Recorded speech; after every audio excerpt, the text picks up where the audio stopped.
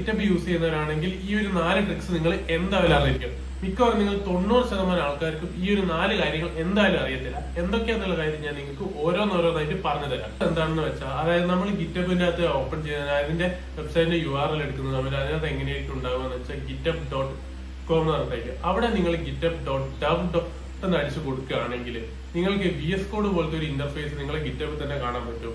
ഇതിന്റെ പ്രത്യേകത എന്താണെന്ന് വെച്ചാൽ നിങ്ങൾക്ക് കറക്റ്റ് ഫോൾഡർ സ്ട്രക്ചർ എങ്ങനെയാണ് അസൈൻ ചെയ്തിരിക്കുന്നത് നല്ല ഡീറ്റെയിൽ ആയിട്ട് കാണാൻ പറ്റുന്നതാണ്.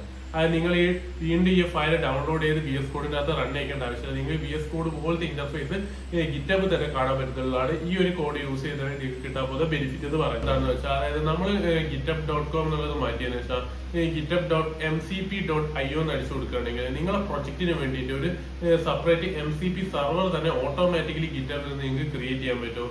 നിങ്ങൾ സെപ്പറേറ്റ് ഈ ഫയൽ പ്രൊജക്ടിന്റെ ഫയൽ ഡൗൺലോഡ് ചെയ്ത് ഈ സെർവറിനകത്ത് ആഡ് ചെയ്ത് കൊടുക്കേണ്ട ആവശ്യം വരുന്നത് ഈസി ആയിട്ട് തന്നെ എന്ത് ചെയ്യാം, ഈ സെർവർ കണക്ട് ചെയ്ത് നിങ്ങൾക്ക് AI മോഡൽസ് ഒക്കെ ആയിട്ട് കണക്ട് ചെയ്യാൻ ഇത് വളരെയധികം യൂസ്ഫുൾ ആണ്. മൂന്നാമത്തെ ടിപ്പ് എന്ന് പറയുന്നത്, അതായത് നമ്മളെ LLM മോഡൽസിന് നമ്മളെ പ്രൊജക്ട് ഡൈജസ്റ്റ് ചെയ്യാൻ കൊടുക്കുക എന്നുള്ള കാര്യമാണ്.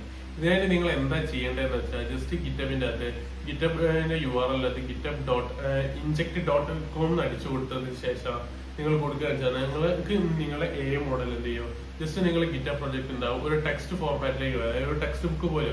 ഇതിനകത്ത് നിങ്ങൾക്ക് കോഡ് ഈസി ആയിട്ട് കോപ്പി ചെയ്തതിന് ശേഷം ഏത് LLM മോഡലിന് വേണ്ടിയിട്ട് എന്ത് ചെയ്യാം, പേസ്റ്റ് ചെയ്ത് കൊടുത്ത് നിങ്ങൾക്ക് ഈസി ആയിട്ട് LLM-ന് ഡൈജസ്റ്റ് ചെയ്യാൻ കൊടുക്കാൻ പറ്റുന്നതാണ് ഈ ഒരു കോഡ് അടിക്കുന്നവരെ നിങ്ങൾക്ക് കിട്ടാൻ പോകുന്ന ബെനിഫിറ്റ് എന്ന് പറയുന്നത്. ഫോൾഡർ സ്ട്രക്ചറോ സിസ്റ്റം ആർക്കിടെക്ചറോ ആണ് മനസ്സിലാക്കണമെന്ന് വെച്ചാൽ, ഈ ഗിറ്റബിന്റെ അകത്ത് നിങ്ങൾ github.com എന്നുള്ളത് മാറ്റി github.diagram.com എന്ന് അടിച്ചു കൊടുക്കുകയാണെങ്കിൽ ഗിറ്റബ് ഡോട്ട്സ് അടിച്ചു കൊടുക്കുക വെച്ചാൽ നിങ്ങൾക്ക് കറക്റ്റ് ആയിട്ടുള്ള ഒരു DB ഡയഗ്രാം നിങ്ങൾ ഗിറ്റബിന്റെ അകത്ത് ക്രിയേറ്റ് ചെയ്യുക. അതായത് നിങ്ങൾ പ്രൊജക്ടിന്റെ DB ഡയഗ്രാം നോക്കി നിങ്ങൾക്ക് കറക്റ്റ് ആയിട്ട് നിങ്ങളുടെ ഡാറ്റ ഫോൾഡർ സ്ട്രക്ചർ ഒക്കെ പ്രോപ്പർ ആയിട്ട് മനസ്സിലാക്കാൻ പറ്റും.